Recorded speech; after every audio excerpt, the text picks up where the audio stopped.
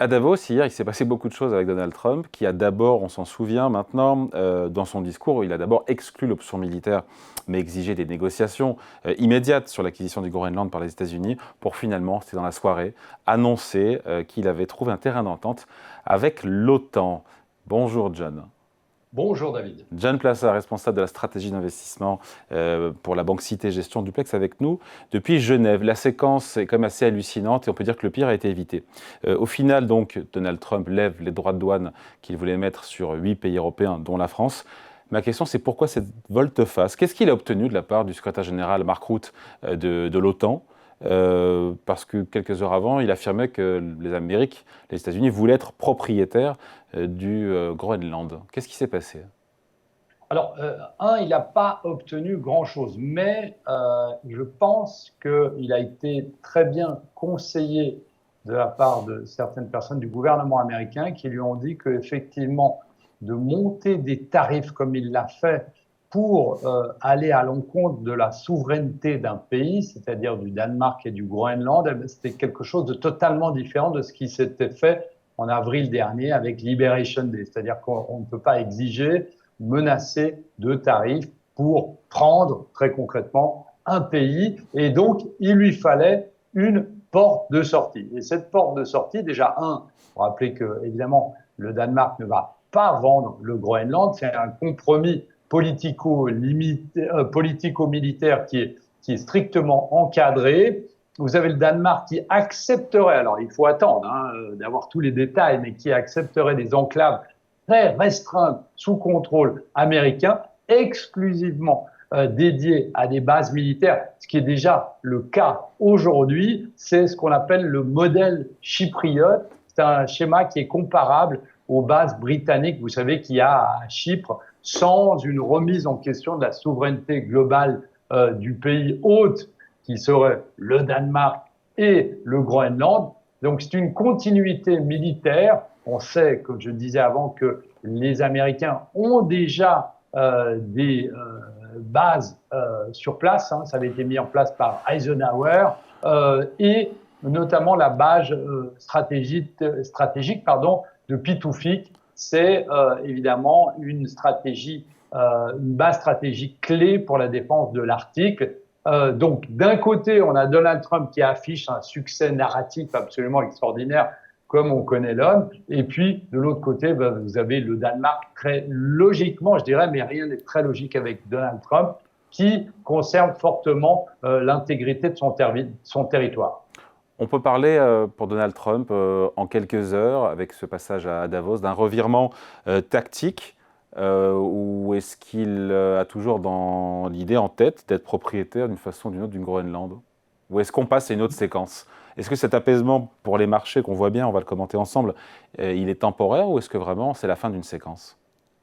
Non, mais il met en avant le fait que la question des tarifs douaniers n'est pas terminée. Vous savez, on l'avait dit, on a une certaine visibilité après que l'Union européenne était censée, parce qu'on rappelle que l'Union européenne n'a toujours pas signé les 15% de droits de douane sur lesquels il s'était mis d'accord, entre guillemets, à minima avec le gouvernement américain. Qu'est-ce que ça veut dire? Ça veut dire que, en fait, la volatilité va rester présente pendant longtemps. Mais pour répondre à votre première question, concernant la prise ou non du Groenland, il faut rappeler une chose que les médias ne mettent pas du tout en avant, c'est que Donald Trump n'est pas le premier à faire une offre sur le Groenland. Il n'est pas le premier président américain à vouloir obtenir le Groenland à tout prix. En 1946, on avait Harry Truman qui a fait une offre officielle de 100 millions de dollars en or de l'époque au Danemark, ce qui correspondrait plus ou moins à un peu plus de 13 milliards de dollars.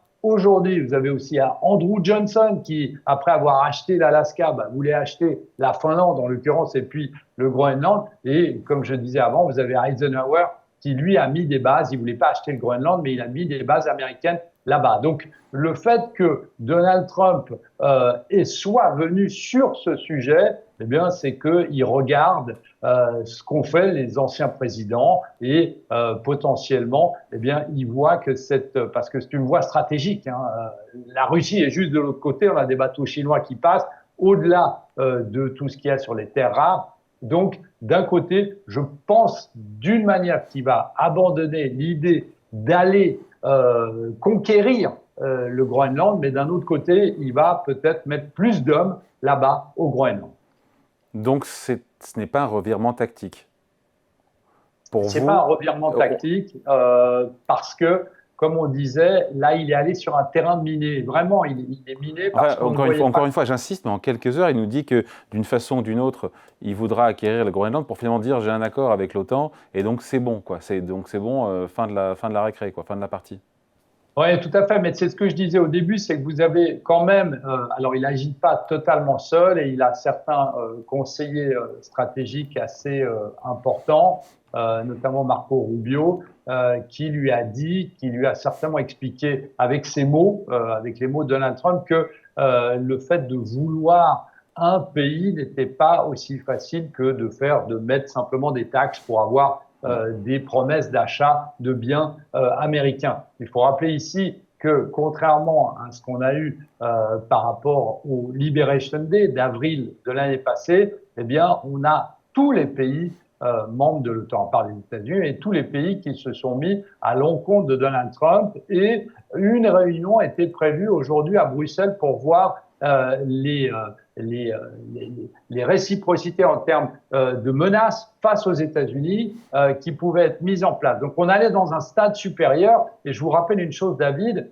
c'est que si le président Trump avait augmenté ses tarifs, disons, il voulait aller de 10% d'abord en février, puis après en juin de 25% de plus, eh bien là, vous touchez une chose absolument cruciale pour Trump et pour les élections de mi-mandat, c'est l'inflation. L'inflation, on n'a pas encore eu réellement d'inflation importée à cause des premiers tarifs, mais là, si vous passez de 15% à 40%, je peux vous garantir que là, les Américains vont sentir cette inflation passer et qu'il aura encore moins de chances de gagner les élections de mi-mandat. C'est peut-être ça la raison de fond, au final. Parce que je m'étais dit, peut-être qu'il regarde les taux longs américains qui ont commencé un petit peu à se tendre. Hier, on sait qu'il avait reculé il y a un an sur les droits de douane prohibitifs. Il avait reculé au bout d'une semaine en voyant la flambée des taux souverains américains à 10 ans. Mais bon, hier, ça a augmenté de 5-7 points de base. Ce n'était pas suffisant pour le faire reculer.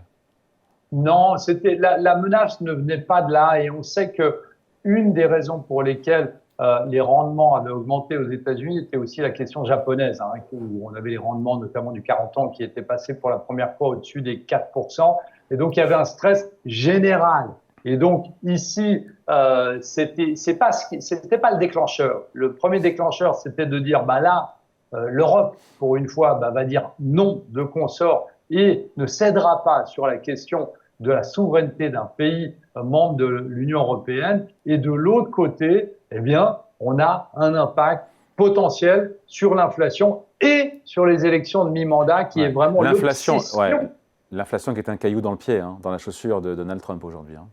Oui, clairement. Alors, on sait que l'inflation est à 2,7%. Hier, il a dit pas mal de choses. Hein. J'ai regardé les 1h45 de ce qu'il a dit. Bah, au-delà des insultes, il a quand même dit que s'il n'y avait pas d'inflation aux États-Unis, on sait théoriquement, elle est beaucoup plus élevée, mais théoriquement, elle est à 2,7%. Donc, elle est même au-dessus, toujours, du mandat de la Réserve fédérale américaine qui est de 2%. Donc, ici, c'est vraiment le caillou dans la chaussure de Donald Trump. Et vous savez, lorsqu'on parle de novembre prochain, c'est dans 10 mois. Et pour le président américain, il veut absolument tout accélérer et tout va s'accélérer ces prochaines. Donc, il faut absolument pas minimiser ce revirement parce qu'il va y avoir d'autres menaces de Donald Trump, il va y avoir d'autres revirements et il faut, d'une certaine manière, les anticiper si c'est possible. Ouais, et au résultat, c'est que pour les investisseurs, pour les marchés, c'est un ouf de soulagement. On le voit à peu près partout. L'or, qui est toujours au-delà de 4800 points, mais qui se rapprochait des 4009, a rebaissé un peu. Le dollar a repris un peu de poids aussi. Et les taux à 10 ans américains ont rebaissé légèrement également. Donc on peut parler d'ouf de soulagement. On peut parler de soulagement et on a un premier enseignement en 2026, c'est qu'en fait, fondamentalement, il faut rester investi. Fondamentalement, il faut rester investi parce que il ne faut surtout pas réagir à chaud aux soubresauts, aux déclarations à tout va du président Trump. Ce qui veut dire qu'à travers la diversification de l'or, vous l'avez dit, qui est un peu consolidé, mais c'est toujours quelque chose qu'il faut avoir en portefeuille. Le thème de l'intelligence artificielle n'est pas remis en question parce que Donald Trump voulait conquérir le Groenland. Et donc ici, si on n'est pas diversifié, évidemment, ça pose problème, mais il faut absolument rester investi et pas réagir à chaud. Je crois que ça, c'est le premier enseignement qu'on a. On est seulement le 22 janvier de l'année, mais on a déjà un bon enseignement pour le reste de l'année en termes d'investissement. Allez, merci beaucoup. Explication signée John Plassard pour la Banque Cité Gestion, en duplex avec nous depuis Genève. Merci John, bonne journée. Merci David.